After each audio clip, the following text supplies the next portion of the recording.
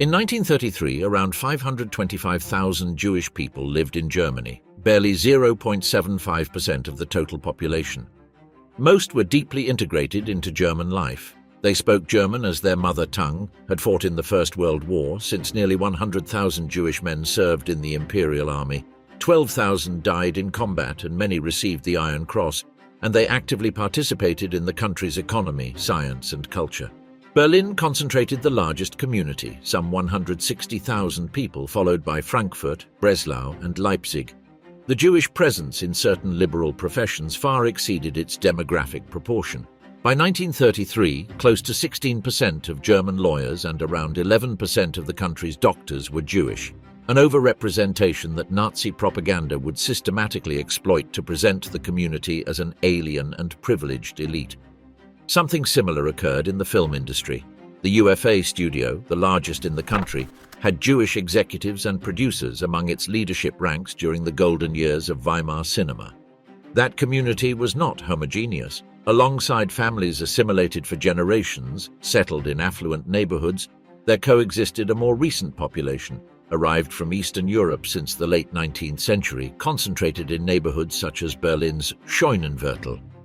Between both groups, there were differences in language, customs, and economic level that the antisemitic movement itself exploited, directing part of its discourse specifically against the so-called Ostjuden, the Jews of the East, presented as alien even in the eyes of some sectors of the German Jewish community itself. The religious spectrum was broad.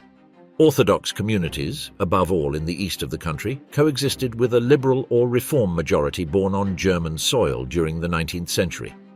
Rates of mixed marriage with non-Jewish people were around 15 to 20% by 1930, an indicator of the degree of assimilation achieved.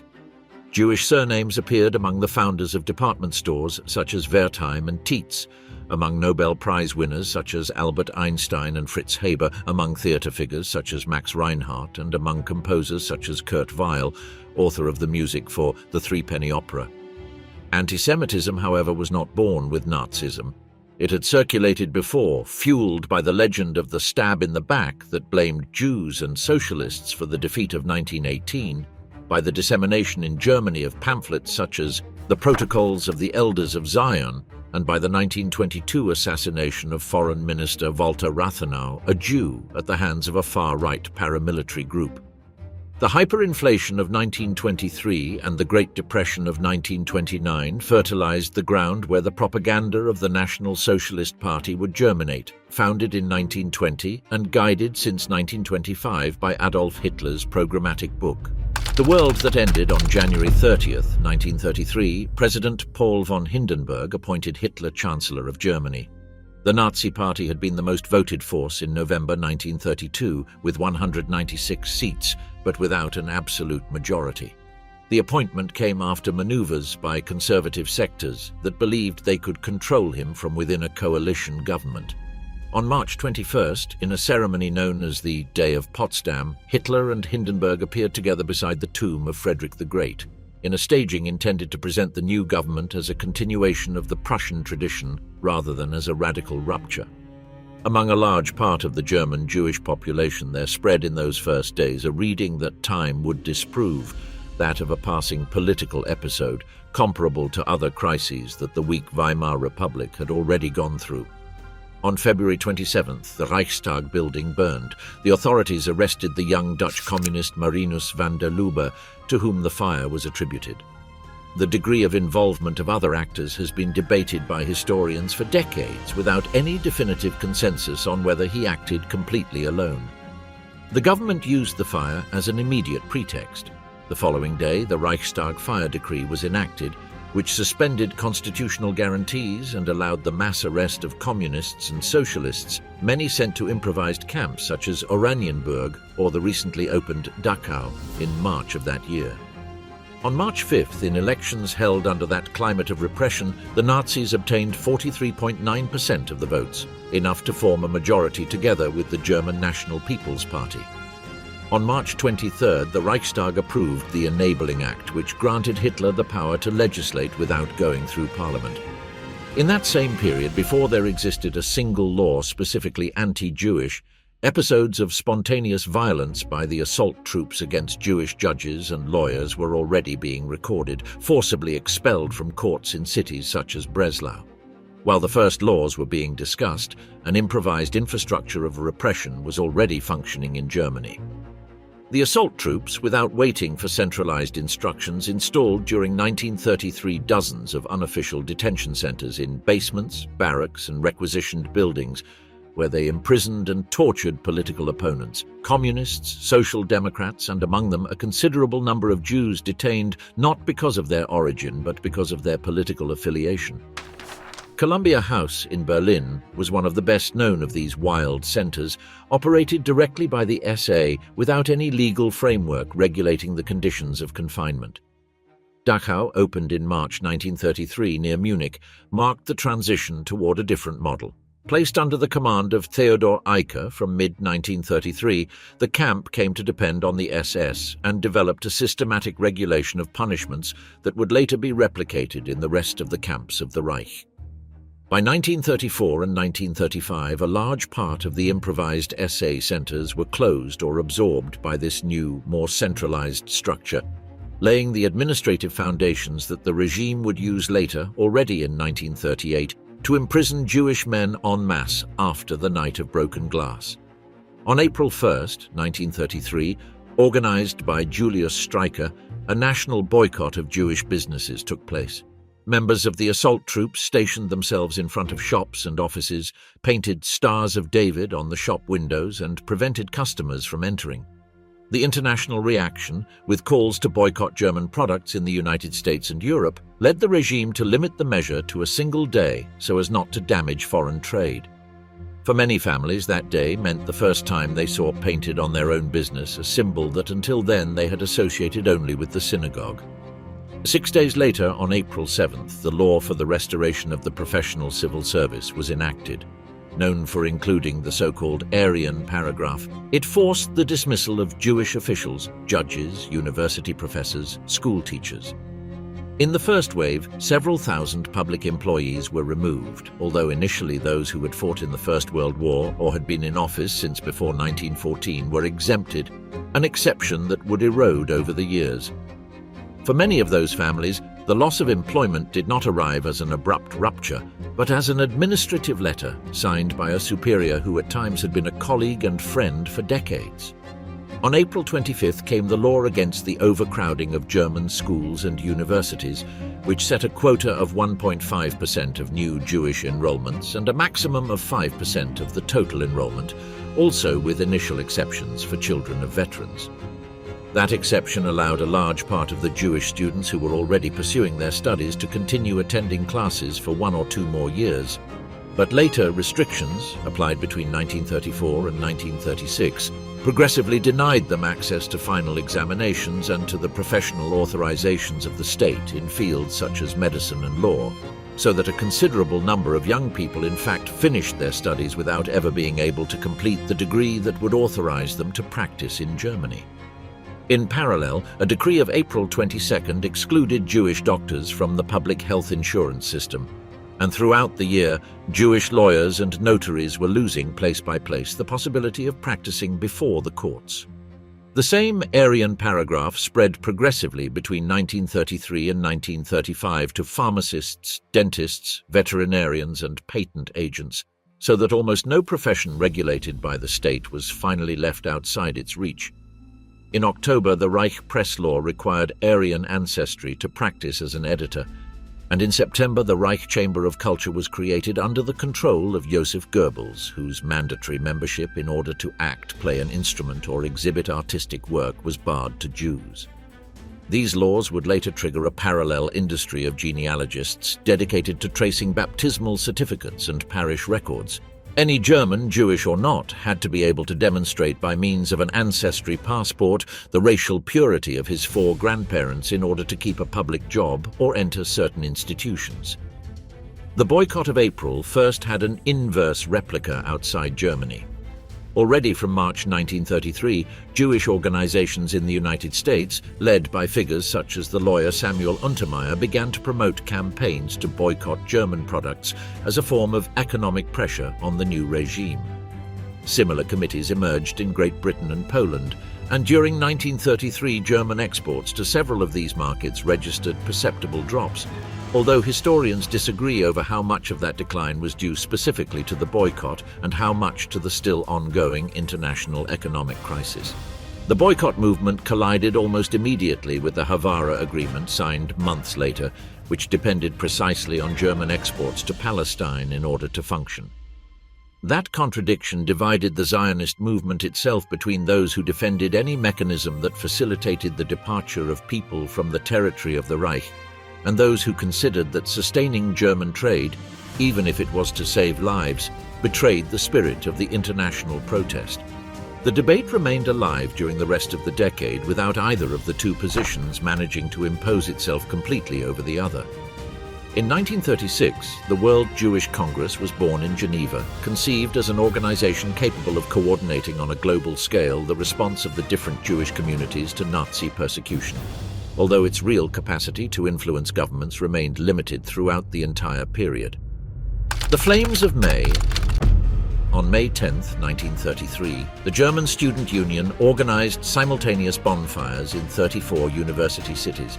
In Berlin's Opernplatz, some 25,000 books were burned under the slogan of an action against the non-German spirit.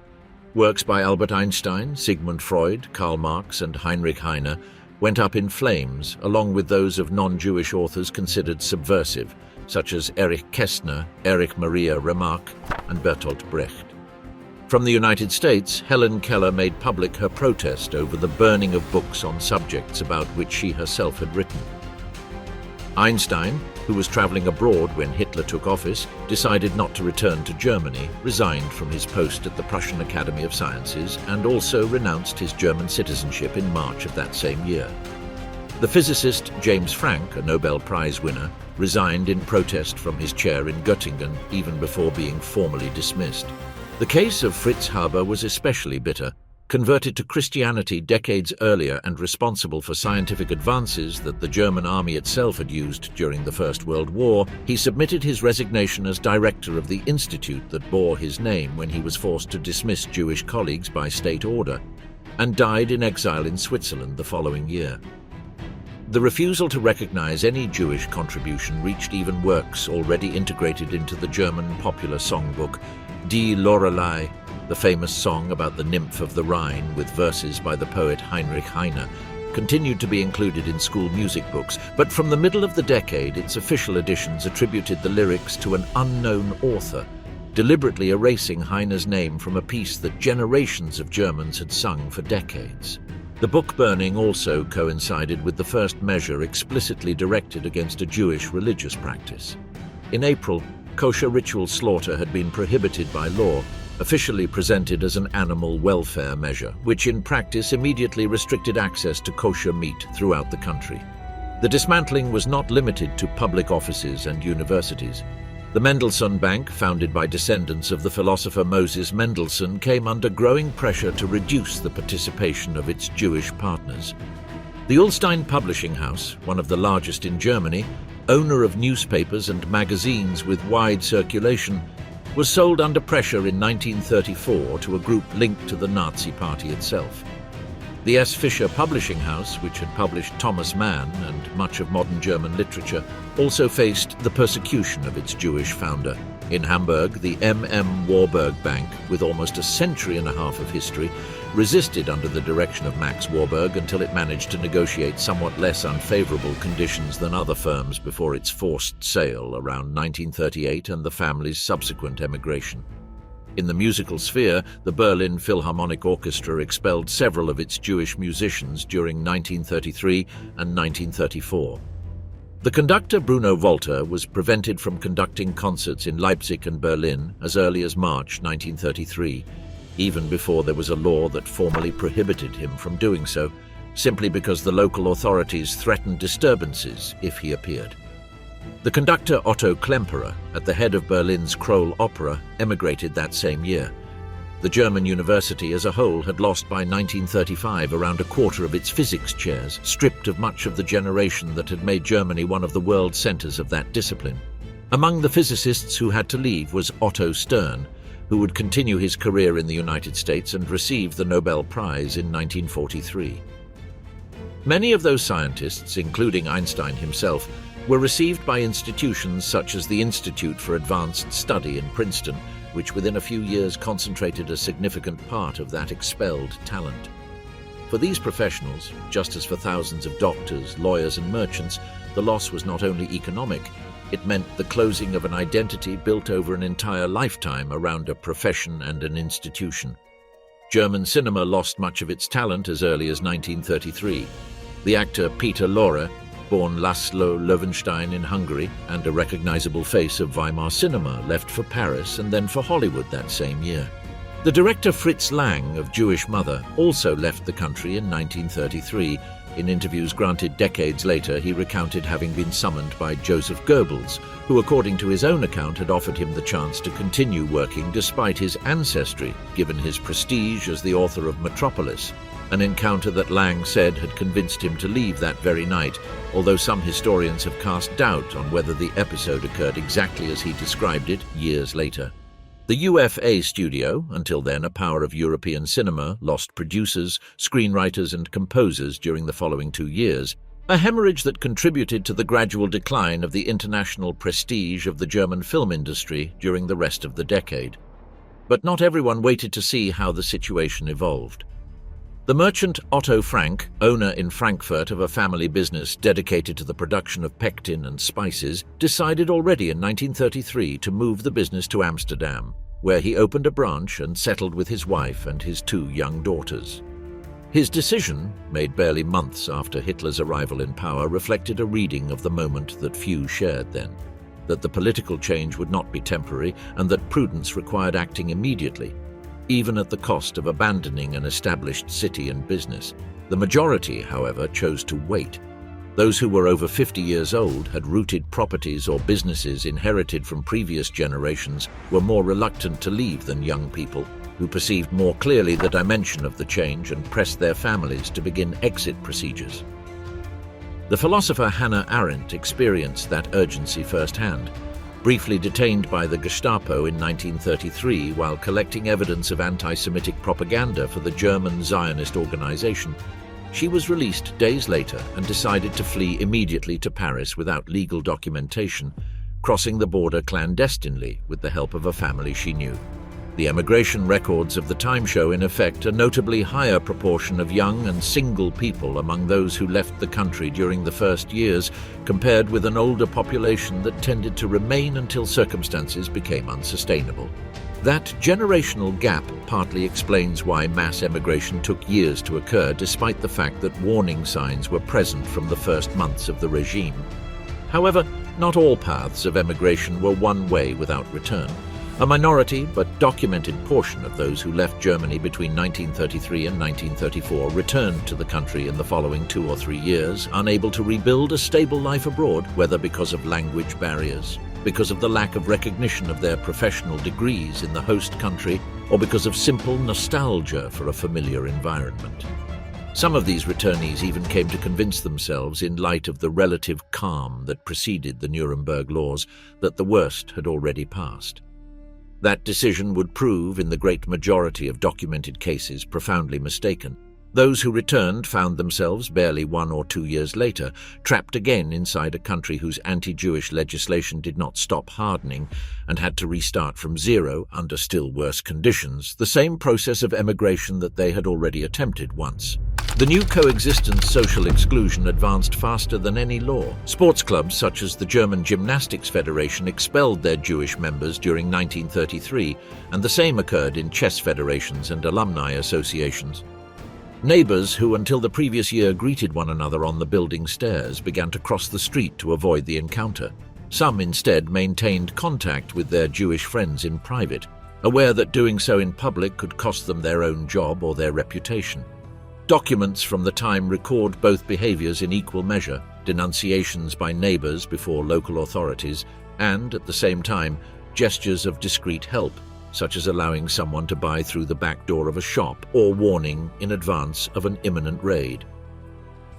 On April 21, 1933, days after the boycott, The journalist Robert Welch published in the weekly Jüdische Rundschau an article that would become famous, urging the community to assume with dignity the identification that the regime wanted to impose on it as a stigma.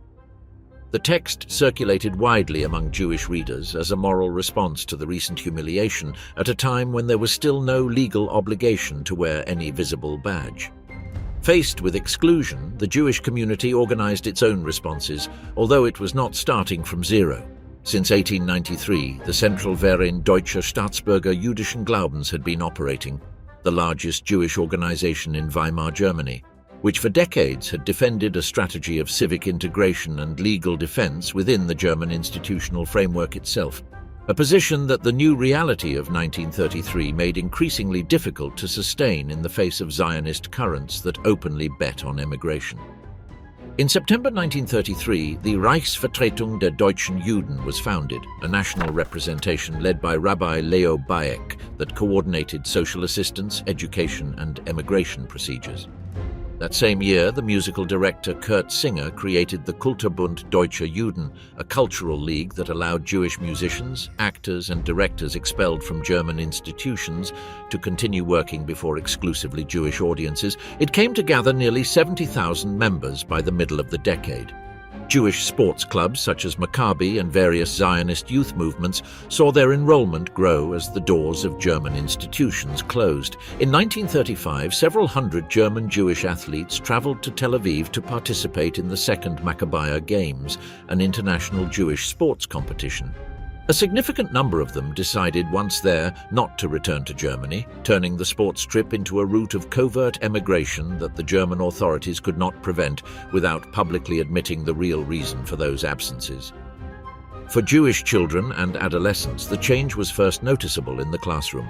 Before the total expulsion of 1938, thousands of Jewish pupils remained for years in increasingly hostile public schools, living with a curriculum that progressively incorporated contents of racial science and with classmates who, encouraged by the Hitler Youth, excluded them from games and celebrations. Physical education classes and commemorative school events of the party became another point of daily friction, since Jewish pupils were left apart from uniforms, flags, and rituals that the rest of their classmates experienced as a normal part of the day. Many families chose to transfer their children to the growing network of Jewish community schools, where the quota and resources were insufficient to absorb all the demand. By 1937, that network included more than 100 primary schools and several dozen secondary establishments distributed throughout the country, financed in large measure with the increasingly demanded contributions of a community that, at the same time, was losing income at an accelerated pace. Among young people, there also emerged a particular phenomenon, that of the agricultural training movements known as Hakshara, organized by groups such as Hashema Hatzer or Bachad, which prepared adolescents and young adults for an eventual agricultural life in Palestine through work on farms within Germany itself. In Berlin, the educator Recha Freyer founded as early as 1932 and 1933 the movement known as Youth Aliyah, which organized the transfer of thousands of adolescents without their families to kibbutzim and agricultural farms in Palestine, in many cases as a prelude to family reunification years later, and in others as the only escape route those young people would ever have. That preparation reflected, in its own way, the same generational gap observed in family emigration decisions. Many young people perceived earlier than their parents and grandparents that the situation was not temporary. To coordinate resources among the different youth currents, Zionist, non-Zionist, and religious, which until then had operated independently, the Reichsausschuss der Jüdischen Jugendverbände was created in 1933, a national committee that centralized scholarships, summer camps, and training programs in the face of a scenario of increasingly scarce resources. Systematic professional exclusion had a clear statistical correlate.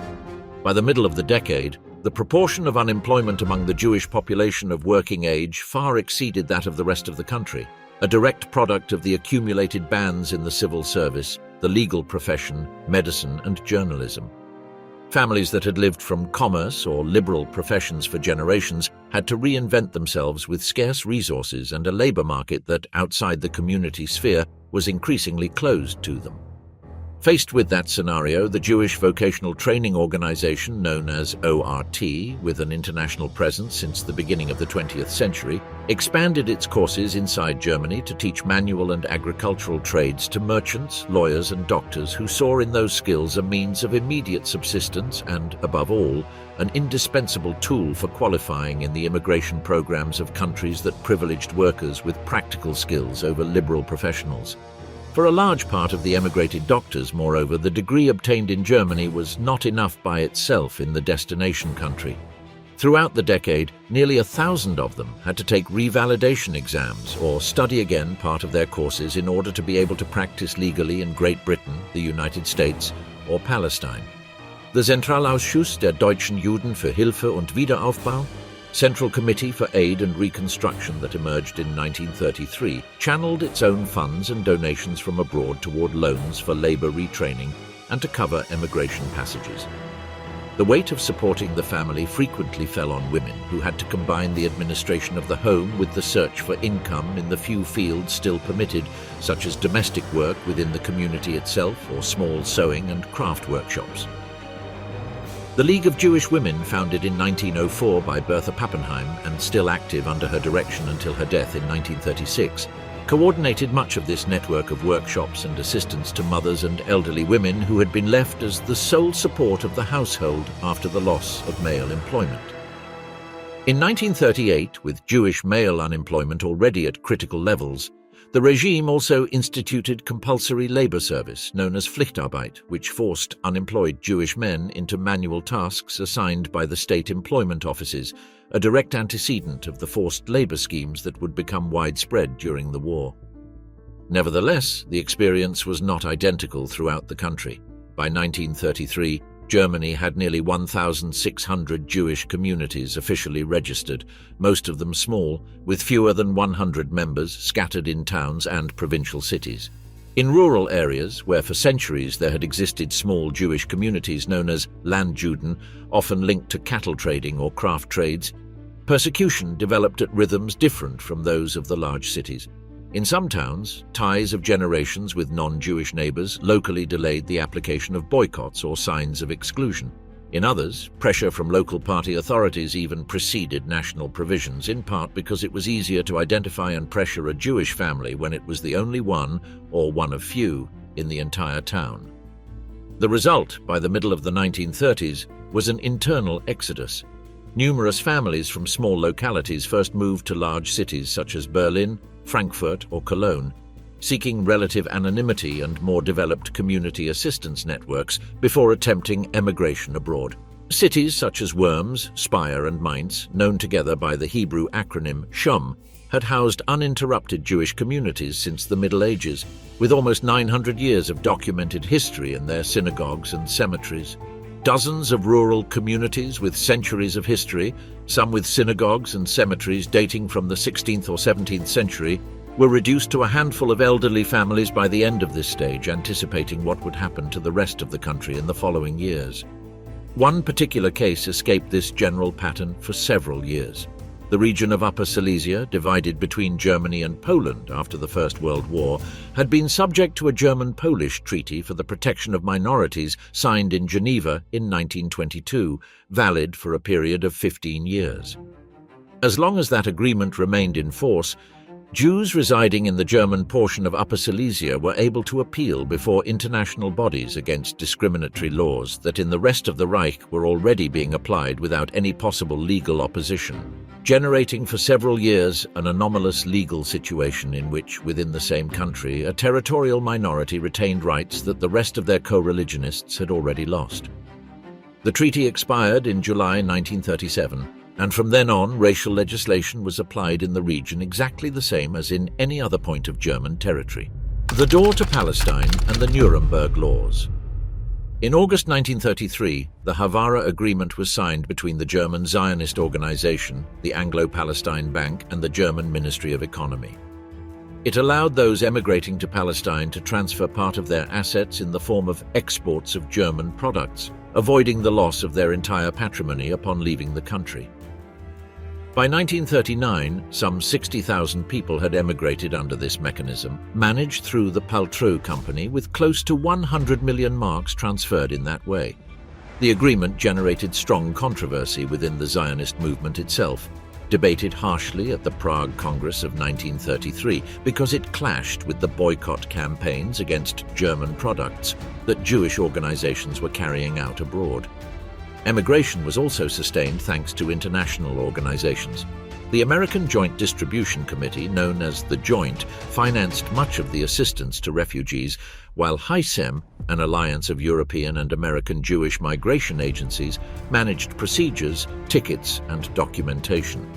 The Jewish Agency for Palestine, chaired during much of this period by Chaim Weizmann, negotiated directly before the authorities of the British Mandate the distribution of the immigration certificates available each year, a quota that had to be divided among tens of thousands of applicants coming not only from Germany, but from all of Central and Eastern Europe. In London, the Council for German Jewry, founded in 1936 by the philanthropist Otto Schiff, together with other leaders of the Anglo-Jewish community, offered financial guarantees before the British government to facilitate the entry of refugees who otherwise would not have met the required economic requirements. Latin America received during these years a constant though smaller flow. Argentina and Brazil absorbed several thousand immigrants throughout the decade, while Bolivia, still with little migration regulation in the mid-1930s, began to appear in community correspondence as a possible alternative for those who did not qualify for more demanding destinations. The exit numbers show an irregular pattern. Some 37,000 people emigrated in 1933, a figure that fell to some 23,000 in 1934, and remained at similar levels until 1937. Partly because many still believed that the situation was temporary, and because abandoning businesses and properties of an entire lifetime was not a simple decision. Those who opted for Palestine also faced the quotas of the British Mandate, tightened after the Arab Revolt of 1936. Those looking to the United States had to overcome a fixed annual quota of some 25,957 German admissions that during the first years was not even completely filled due to other requirements such as the letters of financial guarantee demanded of each applicant. On September 15, 1935, during the party's annual Congress in Nuremberg, the so-called Nuremberg Laws were announced. The Reich citizenship law distinguished between citizens of the Reich, reserved for persons of German or related blood, and subjects of the state, the category to which Jews were reduced, losing the right to vote and to hold public office, something that in practice had already been occurring. The law for the protection of German blood and honor prohibited marriage and extramarital sexual relations between Jews and persons of German or related blood, penalized under the figure of racial defilement, in addition to prohibiting Jews from employing Aryan women under 45 years of age as domestic servants. Both laws were drafted hastily in a few days by direct order of Hitler, and their ambiguity forced the publication of complementary decrees during the following years. On November 14, 1935, it was legally defined who was Jewish according to the number of grandparents of the Jewish religion. 3 or 4 Jewish grandparents made the person a full Jew. 2 grandparents created the intermediate category of first-degree Mischling, 1 grandparent, that of second degree. From then on, any civil registry office, the Standesamt, required couples wishing to marry to present certificates of ancestry to verify that they were not committing racial defilement. Cases of non-compliance, real or suspected, were referred to special courts, the Sondergerichte, created to judge this type of crime together with others, defined as threats to the regime through summary procedures. The treatment of the intermediate categories and of already existing mixed marriages generated internal disputes within the regime itself that were never resolved uniformly throughout the entire period. Some non-Jewish spouses in privileged mixed marriages managed for years to delay for their partners and children measures that were already fully affecting the rest of the community. The racial definition adopted in 1935 did not depend on religious practice. Thousands of Germans converted to Christianity, or whose parents or grandparents had converted generations earlier, were classified as Jews, despite maintaining no link with Jewish religious life. Within German Protestantism, this generated an internal dispute. The faction known as German Christians sought to apply the Arian paragraph also within the church structure itself, removing from pastoral positions and even from congregational membership in some regions those who had Jewish ancestry, even if they were baptized Christians.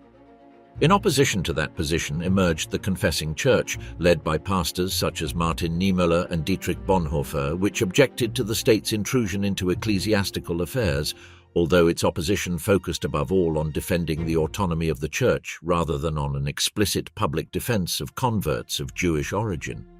In Catholic dioceses, similar dilemmas regarding parishioners of Jewish ancestry were almost always resolved through discreet pastoral accommodations rather than through open confrontation with the regime. Few cases illustrate the racial logic of the regime better than that of the Jewish veterans of the First World War. The Reichsbund Jüdischer Frontsoldaten, founded in 1919, came to gather some 40,000 of the approximately 100,000 German Jews who had fought in that war and published its own magazine, Der Schild. During 1933, the organization insisted before the authorities that military service and the decorations received, among them numerous Iron Crosses First Class, should exempt its members from the new restrictions, a position that achieved some initial echo in the exception for former combatants included in the law of April 7th of that year. That exception, however, did not survive the passage of time. With the Nuremberg laws of 1935, the status of former combatants ceased to have any legal value. All Jews, without distinction of military service or decorations, equally lost Reich citizenship. The case of the footballer Julius Hirsch was emblematic of that same logic. The first player of Jewish ancestry to join the German national team, bronze medalist at the 1908 Olympic Games and decorated with the Iron Cross during the First World War, he was expelled in 1933 from the Karlsruher F5 club, the same team he had represented during much of his career. The Reichsbund Jüdischer Frontsoldaten itself was forced to dissolve shortly afterward, while much of its leadership opted for emigration or faced, years later, the same persecution that for more than a decade it had tried to keep at a distance by invoking its own sacrifice for Germany.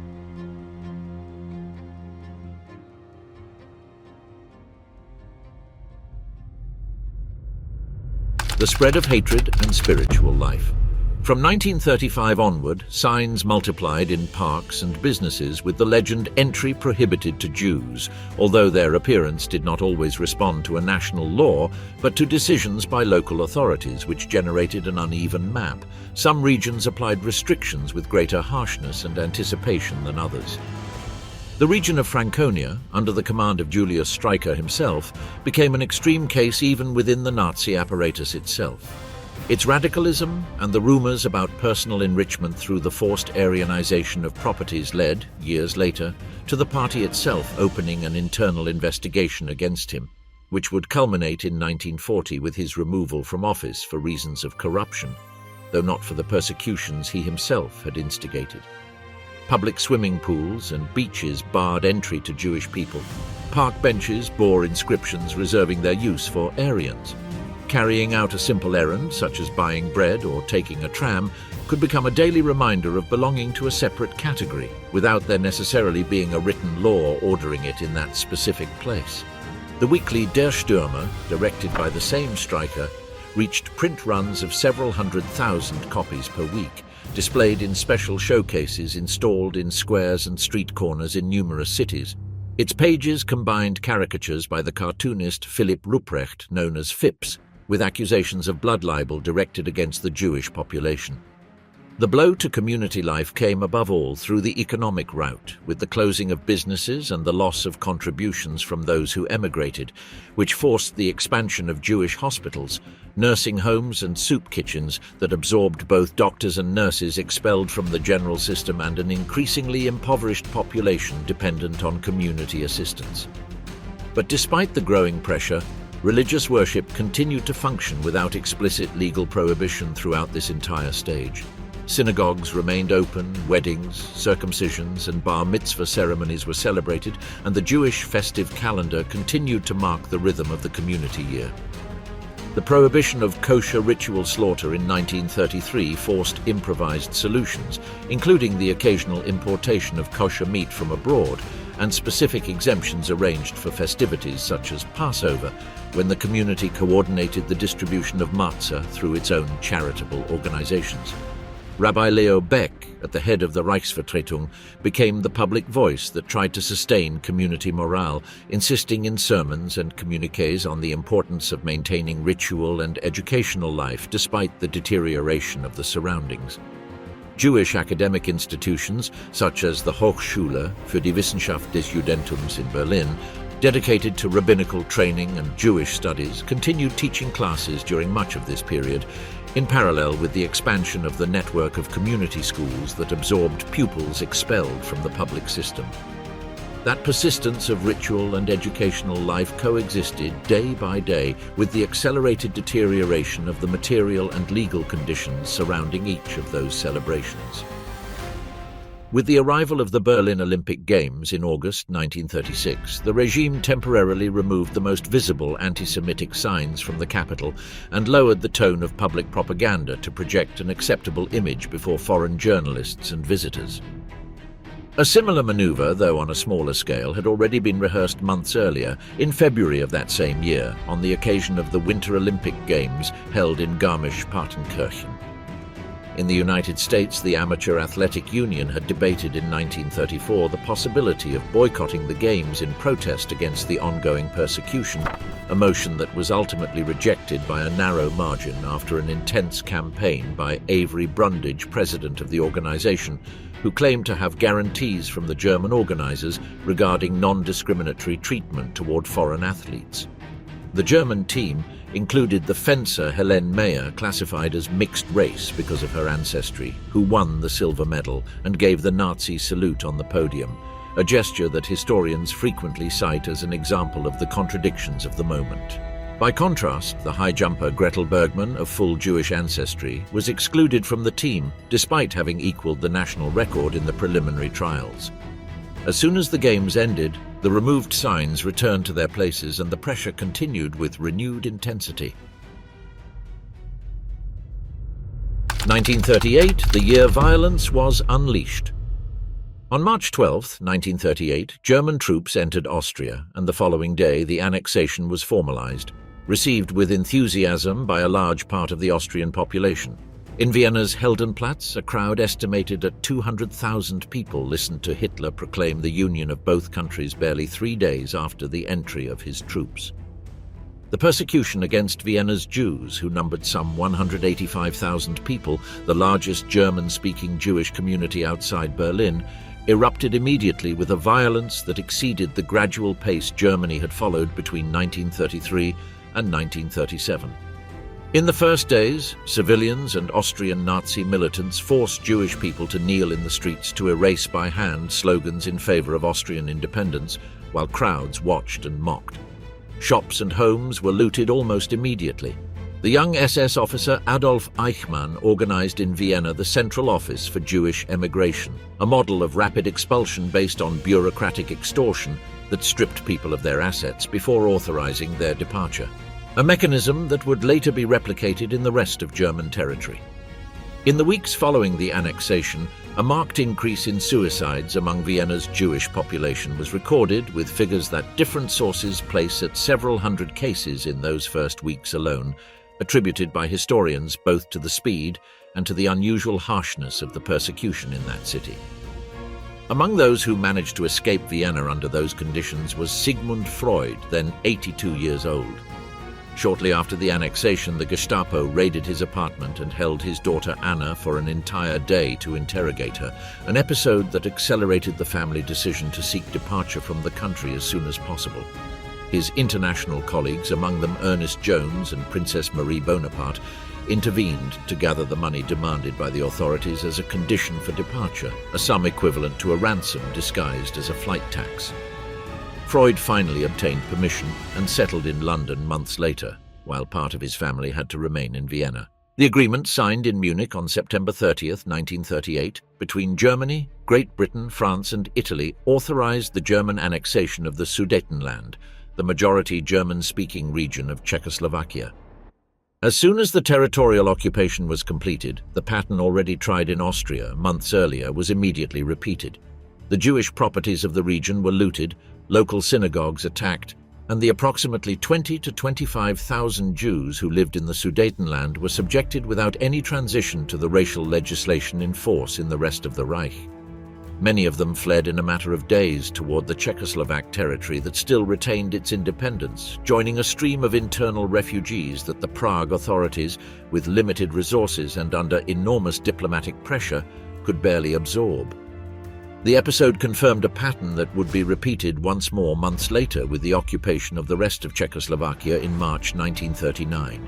Each territorial annexation brought with it, almost automatically, a wave of persecution more intense and faster than the one Germany itself had applied gradually between 1933 and 1937. Between 1937 and 1938, the process of Aryanization, the forced transfer of Jewish businesses to non-Jewish owners, almost always at prices far below their real value, accelerated. The mechanism usually operated through Treuhänder, administrators appointed by the state to manage the sale of each business, setting valuations that rarely reflected the real market price. The Wertheim department store chain itself, founded by the family mentioned at the beginning of this story as an example of Jewish prosperity and integration in interwar Germany, did not escape this fate and was Aryanized toward the end of the decade. Of the approximately 100,000 businesses in Jewish hands that existed in 1933, the great majority had been liquidated or transferred by the end of 1938. Economic historians have estimated that the total value of the assets transferred from Jewish hands to non-Jewish hands throughout the entire decade, adding businesses, real estate and personal property, reached several billion marks, a figure that continues to be subject to revision and dispute in investigations into patrimonial restitution to this day. A decree in April of that year forced all Jewish wealth above 5,000 marks to be declared, an indispensable preliminary step for its later confiscation or forced sale. Professional restrictions hardened in parallel. In July 1938, Jewish doctors were stripped of the right to treat non-Jewish patients. By September, those who remained in practice could only treat Jewish patients under the degraded title of caretaker of the sick, losing the designation of doctor. Of the approximately 9,000 Jewish doctors practicing in 1933, only about 3,000 continued in that restricted situation by 1938. The rest had emigrated or had their license revoked. The Jewish Hospital of Berlin, founded in the 19th century, absorbed much of that displaced medical staff and became one of the few Jewish institutions that continued expanding its care capacity during these years instead of reducing it. Jewish lawyers completely lost authorization to practice toward the end of that year, authorized at most to act as consultants for exclusively Jewish clients.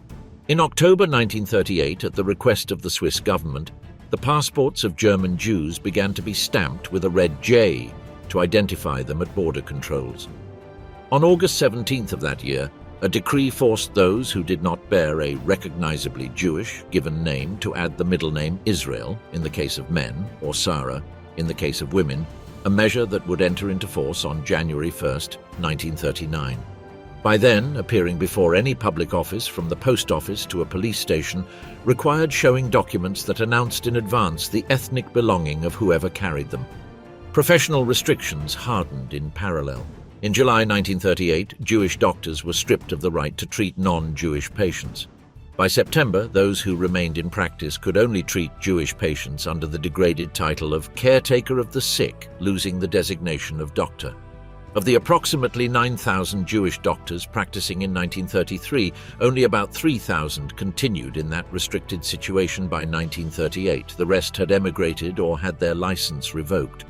The Jewish Hospital of Berlin, founded in the 19th century, absorbed much of that displaced medical staff and became one of the few Jewish institutions that continued expanding its care capacity during these years instead of reducing it. Jewish lawyers completely lost authorization to practice toward the end of that year, authorized at most to act as consultants for exclusively Jewish clients. In October 1938, at the request of the Swiss government, the passports of German Jews began to be stamped with a red J to identify them at border controls. On August 17th of that year, a decree forced those who did not bear a recognizably Jewish given name to add the middle name Israel in the case of men or Sarah in the case of women, a measure that would enter into force on January 1st, 1939. By then, appearing before any public office, from the post office to a police station, required showing documents that announced in advance the ethnic belonging of whoever carried them. The destruction of accultured Jewish art dealers, gallery owners, and private collectors faced growing pressure to liquidate collections gathered over generations, almost always through state-approved auction houses and at prices far below their real value. The Reich Chamber of Fine Arts excluded Jewish art dealers from obtaining operating licenses by around the middle of the decade, forcing many to sell their inventories through non-Jewish intermediaries who kept a considerable portion of each transaction. This first wave of forced sales, later described by historians as a preview of the much larger plunder that the regime's specialized units would carry out in the occupied territories from 1940 onward, had already displaced thousands of works from Jewish hands before the war, and the deliberate destruction or disappearance of many original sales records continues today to complicate restitution efforts to the descendants of their former owners. In June of that year, by Hitler's personal order, the Great Main Synagogue of Munich, one of the most important temples in southern Germany, was demolished under the pretext of urban planning needs linked to a road project. In August, the Nuremberg Synagogue suffered the same fate, also demolished by decision of the local authorities before the pogrom that would break out months later. Something equivalent happened that same year with the main temple of Dortmund. These episodes, less known than those of November, show that the systematic destruction of temples was already underway before the assassination that would officially be invoked as justification. In October 1938, Poland revoked the citizenship of Polish Jews residing abroad, which led Germany to abruptly expel some 17,000 people, out of a total of between 50 and 70,000 Jews of Polish origin then residing in German territory toward the border town of Zbonsin, where they were stranded for months in precarious conditions, housed in stables, warehouses, and improvised tents, while Polish aid organizations and the American Joint Distribution Committee tried to provide them with food and basic medical care. Among the affected families was that of Herschel Grinspan, 17 years old, resident in Paris, who on November 7th shot the German diplomat Ernst vom Rath. Vom Rath died 2 days later. The news of his death was immediately used by Joseph Goebbels to incite through the press and internal directives to the party, a reprisal that would be presented to the world as a spontaneous response of popular indignation rather than as what it really was, an operation orchestrated from the summit of the regime. That same night of November 9th to 10th, 1938, a coordinated pogrom broke out throughout Germany and in annexed Austria. The name by which it is known today, Night of Broken Glass, arose among the Berlin population itself in the following days as a bitterly ironic way of describing the streets covered with glass.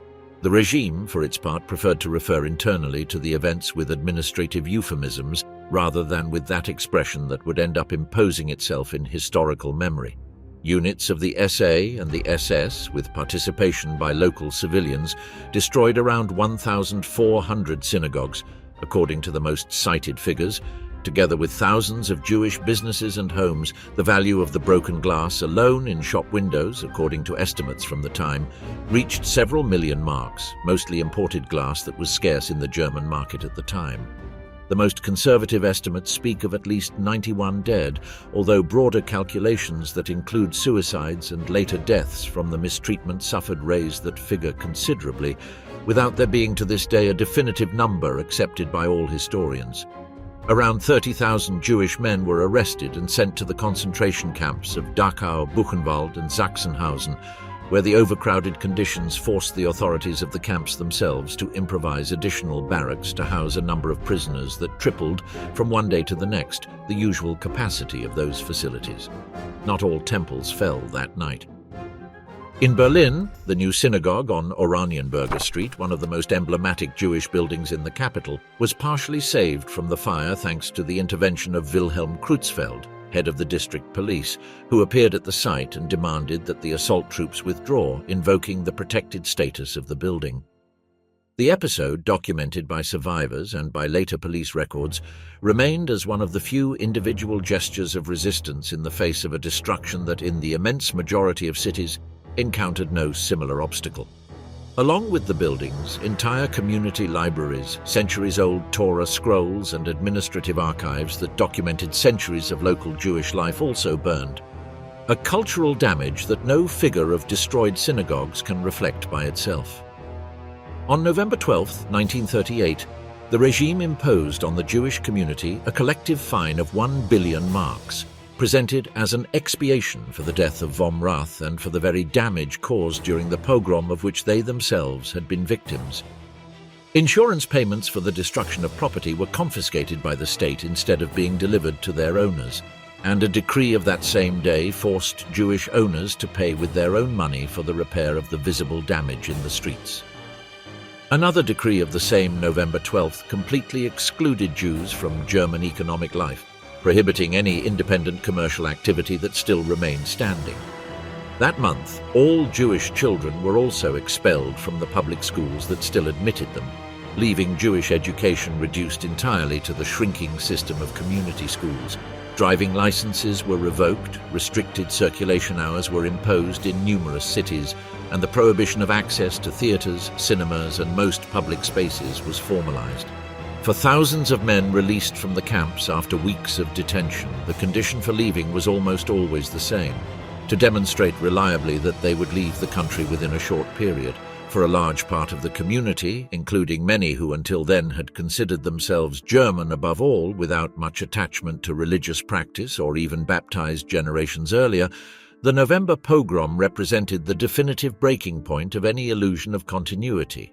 The regime's racial definition did not distinguish between practiced faith and family origin, and those who until that moment had felt safe because of their degree of assimilation understood that no level of integration protected them anymore.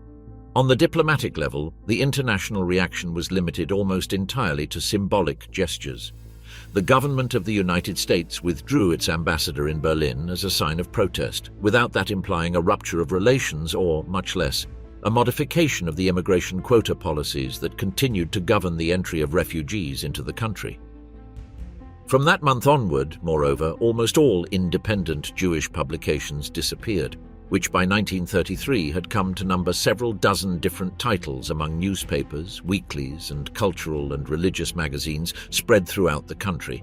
In their place, the authorities authorized a single community press organ, the Jüdisches Nachrichtenblatt, which became the official channel through which the community learned of each new restriction, a function it fulfilled until the final years of the regime. By the beginning of 1939, the Aryanization process was practically complete, and the remaining Jewish assets were deposited in blocked accounts, also subject to a flight tax that came to absorb up to a quarter of the assets declared at the time of emigration, a percentage that in practice was higher because of the sum of additional levies applied on what had already been taxed. The bureaucracy of horror from 1938, all German Jews had to carry a special identity card, the Kennkarte, with photograph, fingerprints, and the distinctive mark that differentiated them from the rest of the population at any control. The mandatory declaration of assets in April of that year required a meticulous inventory of bank accounts, jewelry, works of art, and even household objects of a certain value, an inventory that the authorities would later use as the basis for systematic confiscation. In February 1939, a specific decree also forced the surrender, in exchange for a payment far below their real value, of every object of gold, silver, and precious stones in the possession of the Jewish population to purchasing offices designated by the state itself. That same year, the Ministry of the Interior also published an official list of given names considered typically Jewish, to which births registered within the community had to conform from then on, closing the circle begun months earlier with the imposition of the names Israel and Sarah. In April 1939, a tenancy law was enacted that authorized landlords to terminate rental contracts with Jewish tenants and allowed municipalities to concentrate the affected families in designated buildings, known as Jewish houses, a direct antecedent to future ghettoization. Barely after the war was declared in September 1939, a stricter nighttime curfew for the Jewish population and the obligation to surrender radio sets were added, which cut off from one day to the next access to independent news from abroad. The demographic effect of all this accumulated pressure was forceful. The Jewish population of Berlin, which was around 160,000 people in 1933, had fallen to some 75,000 by 1939 as a result both of emigration and, to a lesser extent, of internal moves to other cities before definitively leaving the country. That emigration, however, was not even among all layers of the community. Those who had available capital, family ties abroad, or easily transferable professions left earlier and more frequently, while poorer families, the elderly without relatives outside Germany, and those who depended on pensions that could not be transferred abroad were systematically left behind, an inequality that would largely explain the demographic composition of those who still remained in the country by 1939. For any family that decided to emigrate, the procedure itself became an undertaking of months or years. Each destination required a different set of papers: certificates of good police conduct, medical examinations ruling out contagious diseases, letters of financial guarantee signed by a relative or acquaintance already established in the destination country, and, in the case of the United States, registration on waiting lists that, depending on the consulate and the moment, could take several years to become effective because of the fixed limit of the annual quota. Each document also had to be renewed if it expired before the rest of the file was completed, which forced families to sustain procedures simultaneously before German notaries, foreign consulates and tax offices that had to certify the payment of flight taxes before authorizing the departure of any capital. The affidavit of support required by consulates such as the American one obliged the guarantor, almost always a distant relative already settled in the destination country, to demonstrate sufficient income to answer for the applicant in case he or she fell into destitution, a requirement that left out much of those who lacked family contacts with solid resources abroad. After the night of broken glass, thousands of men detained in the camps could only obtain release if a family member managed to present, within a few weeks, documented proof that departure from the country was imminent, which turned the obtaining of a visa overnight into a matter of life or death rather than a simple administrative procedure. The consular offices of countries such as the United States, Great Britain or Brazil saw in those months lines grow that surrounded entire buildings, with families camping from dawn in the hope of obtaining an appointment.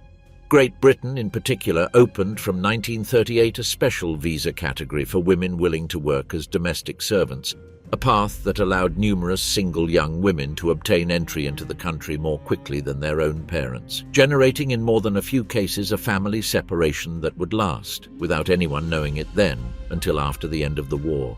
Faced with the increasingly narrow quotas of the British Mandate, part of the Zionist movement opted for a parallel and illegal route.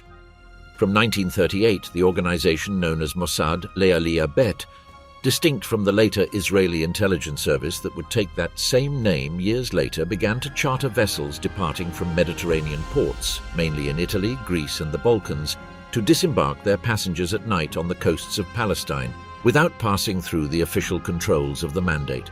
The ships, often old freighters hastily refitted, carried hundreds of people in conditions of severe overcrowding during crossings that could extend several weeks. The British authorities intercepted many of these expeditions, diverting the captured passengers to detention camps in Cyprus, or in some cases deporting them back to European ports. Despite those frequent failures, thousands of people managed to enter Palestine through this clandestine route before the outbreak of the war in 1939 further complicated the available maritime routes, in a chapter of the history of Jewish emigration that developed almost completely outside official records and that, by its very covert nature, is today more difficult to quantify precisely than legal emigration documented by consulates and passport offices.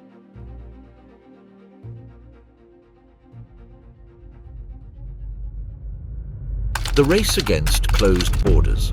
In July 1938, a conference with representatives from 32 countries met in the French city of Evian to address the refugee crisis.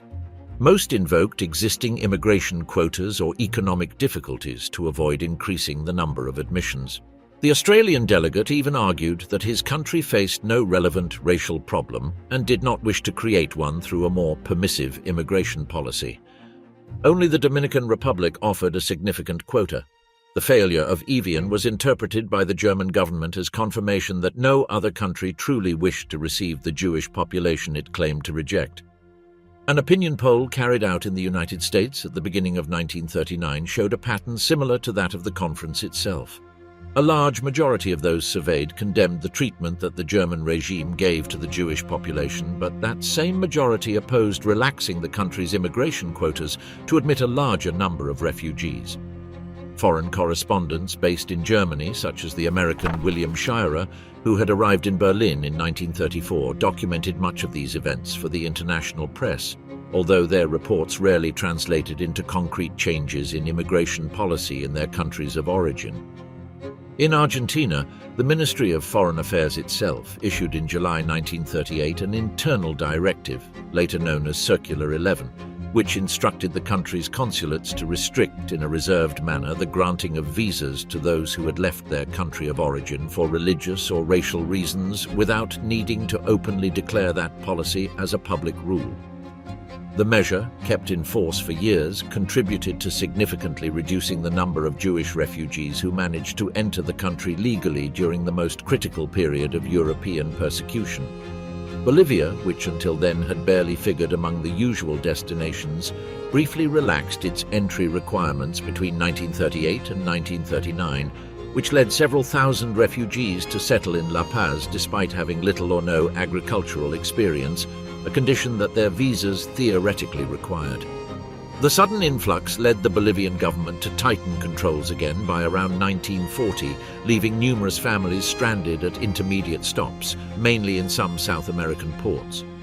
From December 1938 onward, British, Jewish and Quaker organizations launched the so-called Kindertransport, evacuations of unaccompanied Jewish children to Great Britain and, to a lesser extent, to the Netherlands, Belgium and Sweden.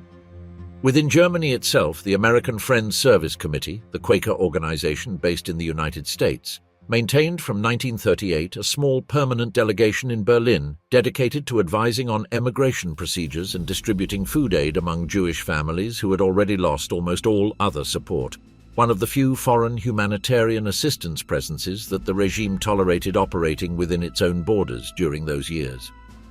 The first convoy arrived in Great Britain on December 1, 1938. The program continued until the outbreak of the war in September 1939, with nearly 9,354 children received in British territory alone, while their parents in many cases remained trapped with the hope of reuniting with them later. In May 1939, the ocean liner St. Louis set sail with 936 passengers, mostly Jewish refugees with visas they believed valid. Cuba denied them landing, and then the United States and Canada also refused to receive them, forcing the ship to return to Europe. Captain Gustav Schröder negotiated to the limit to avoid the total return of the passengers. They were finally distributed among Great Britain, France, Belgium, and the Netherlands. Those who reached British soil mostly survived the war. A considerable part of those who remained in the continental countries later fell under German occupation. That same year, in the United States Congress, the Wagner-Rogers bill proposed admitting up to 20,000 refugee children outside the usual immigration quotas. The initiative never came to a vote in the full chamber after rejection from different legislative sectors. Another example of how doors that remained formally open in official discourse closed in practice again and again. Meanwhile, the international concession of Shanghai outside these visa controls began to receive a growing number of refugees fleeing without Western documentation, a flow that would intensify even more once the war in Europe had broken out. Some episodes of this period preserve areas not fully clarified. The exact motive of Herschel Greenspan for shooting vom Rath was debated for decades. Desperation over the expulsion of his family to Zibonshin was mentioned, but hypotheses, never proven, also circulated about some personal link with the victim himself. Arrested in France and later handed over to Germany after the occupation of 1940, Greenspan remained imprisoned for years without a formal trial being held, and the exact date and circumstances of his death were never officially documented. The regime's own internal records about his final fate are incomplete or contradictory. The Reichstag fire of February 1933 continues to generate historiographical discussion. Although most specialists consider that van der Lubbe acted alone or with little help, the exact degree of prior knowledge or intervention by other sectors was never reconstructed with absolute certainty. Something similar occurs with much of the figures from this period. The official Nazi counts of deaths during the Night of Broken Glass were deliberately underestimated, and the destruction of municipal and police archives toward the end of the war today prevents the precise reconstruction of many individual fates, as well as the exact measurement of how many ordinary neighbors voluntarily participated in looting and attacks compared with those who simply watched. Nor is there a complete record of how many non-Jewish people helped silently during these first years, before the war and mass deportation made that type of gesture much more visible to posterity. The formal recognition of righteous among the nations, granted by the Israeli memorial Yad Vashem, concentrates mostly on rescue episodes that occurred during the period of extermination, leaving in a comparatively larger shadow zone those who, between 1933 and 1939, provided smaller and more everyday forms of help that were rarely documented or claimed by their own protagonists. Numerous families, faced with the imminence of raids or their own forced emigration, buried valuables, built false walls, or entrusted jewelry and documents to non-Jewish neighbors for safekeeping.